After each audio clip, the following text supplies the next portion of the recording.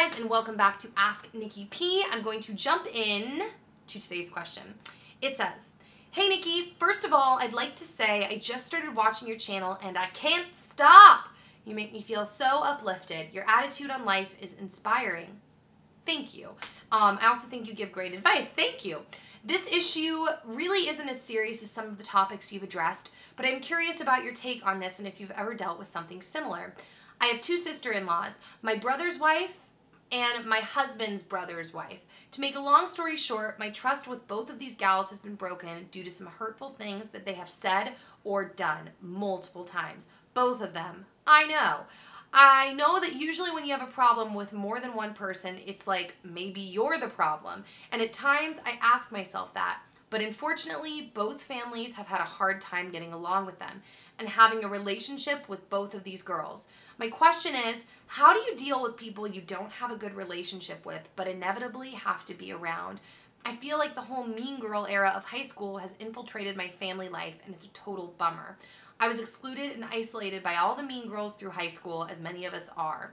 And these girls are the same type of catty. My husband and I both struggle to see what our brothers see in them. Nonetheless, they are family, so we try to accept. Help. How would you deal? We want to enjoy time with our brothers and their wives, but it's just not working. Thanks, Nikki.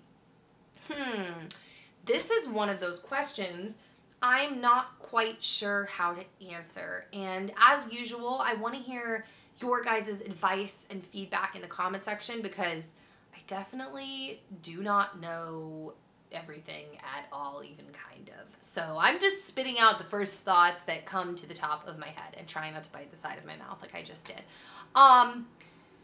You know, I'm trying to put myself in Dr. Laura's shoes and ask what Dr. Laura would say.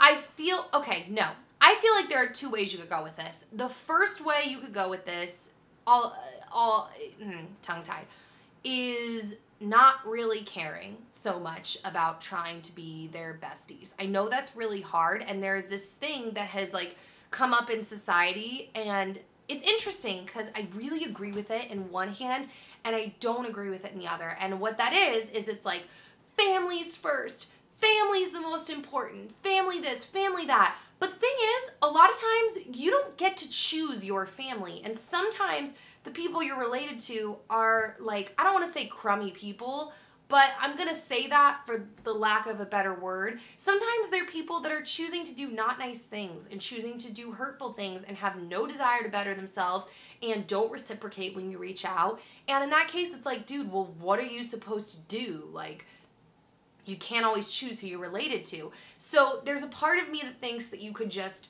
not care as much and just go about your life, not reach out when you see them at events, try to catch up with them, you know, follow them on social media so that you have some questions to ask. Oh, I saw that you just did this. How was that?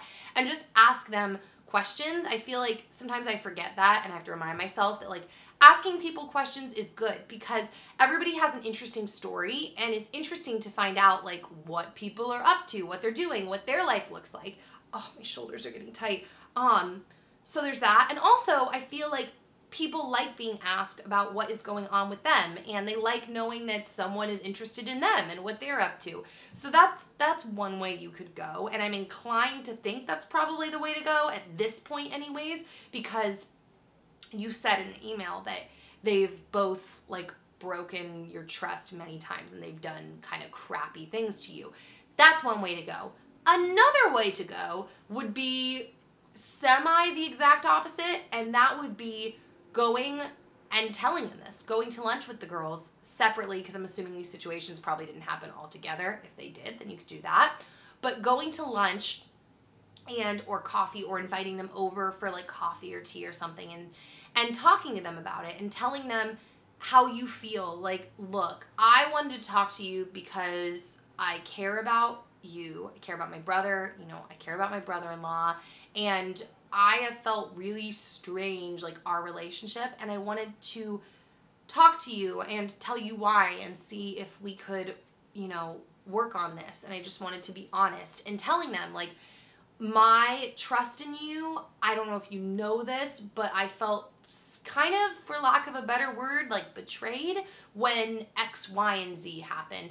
And laying it out and communicating. You know, I think communication is almost always a good thing. Sometimes, though, which goes back to the first point, sometimes people can't be communicated with. Sometimes people don't want to hear what you're saying. They don't want to change. They do not agree with you, and there's nothing you can do about it.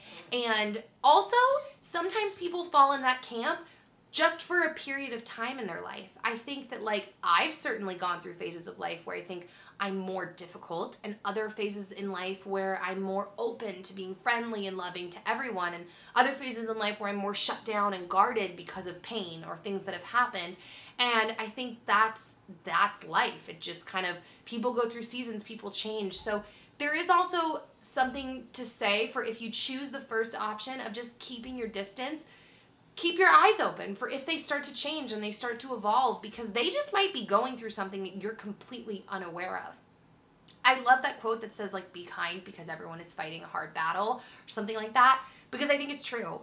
Everyone is dealing with stuff that you won't understand because you're not in their shoes. It's like, sorry to get narcissistic, but it's like when people make fun of YouTubers, like, what an easy job they have. And we work a dream job, but like, there are things that that YouTubers have to deal with that people who don't make YouTube videos just won't understand because they don't have to deal with it. Just like how there's things I will never understand that people in other fields are doing. And I feel like I'm stating like Captain Obvious here, but like, everyone. And that's also good to keep in mind, total side note, if you're looking at someone and you think their life is perfect, to remind yourself, no, it's not, because everyone is dealing with something and struggling with something. Everyone. So that was kind of a side tangent. But if you choose to go that first route of keeping your distance, I think keeping your distance for a period of time and watching and seeing if they evolve and change and grow and just being nice, and that's it, and surface level chatty and asking them how they're doing and showing interest in their life and letting the relationship evolve, I don't think that that's a bad thing. So yeah, that's kind of, I'm trying to think if I have anything else to say on that. I will say one more thing, because, you know, I got to pick my words, guys, because this is all being documented on the internet. So I will say this one thing for my personal life. Dan's brother, we did not get along for like a while. And I was really scared about being permanently a part of his family because I was like, we don't really get along, and he says mean things to me, and he makes me cry very hard. And I will say, and this goes back to the phases of life thing, that as time evolved, as time went on, we have a completely different relationship now than we had like 6, 7, 8 years ago. Completely different. And I mean, I would leave sobbing sometimes because he would just upset me so much.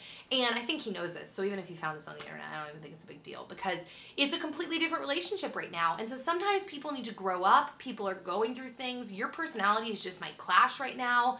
And that's okay. And I think sometimes reminding yourself that it's okay is good. I know that I sometimes feel like every single relationship in my life has to be like perfectly squared away, and it's like, or I get really stressed out. Well, the problem with that is the more people you know, which by the way, I work online and I meet people for a living, so I know a bajillion people. The more people you know, and as you get older, your social sphere just expands. If you just expect all those relationships to be perfect all the time, that's like almost unattainable, and you'll be in like a constant mode of stress.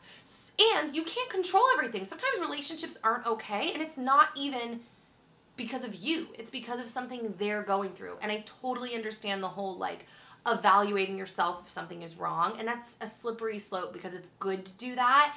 But yeah, sometimes you can't control it, and beating yourself up for something that you can't control sometimes, it's hard. So knowing that it's okay if something isn't perfect and you're not besties with your sister-in-laws right now, just that can help. That can relieve some pressure. So I gotta sit up straight. I'm like really hunching right now. All right. Do I look proper now? Okay, that was lame. I'm gonna open up my phone and I'm gonna read the Twitter question. It says, if you could be Dan for a day, what would you do? That is, I don't even want to give my answer because I'll make it PG. I would hook up with me to know what it's like to be hooking up with me. That's so bad. That's the truth. I don't even know what else. Just being Dan for a day would be weird to see what the heck it's like to live with me. Like, I don't know. I live in my shell. I don't know what it's like, but I feel like living with me has got to be really weird because I am so eccentric and I go up and I go down and I'm just like a crazy person. So, yeah, that's my answer, guys. So I will see you all very soon. Send your messages and questions to asknikkip@gmail.com. Use the hashtag asknikkip. I hope you guys have a great rest of the day. And as usual, if you're not having a good day, I hope your day gets better very soon. And know that whatever you're going through, whatever you're struggling with, it is temporary. You won't feel this way forever. And I promise you will be okay. I love you all. Bye.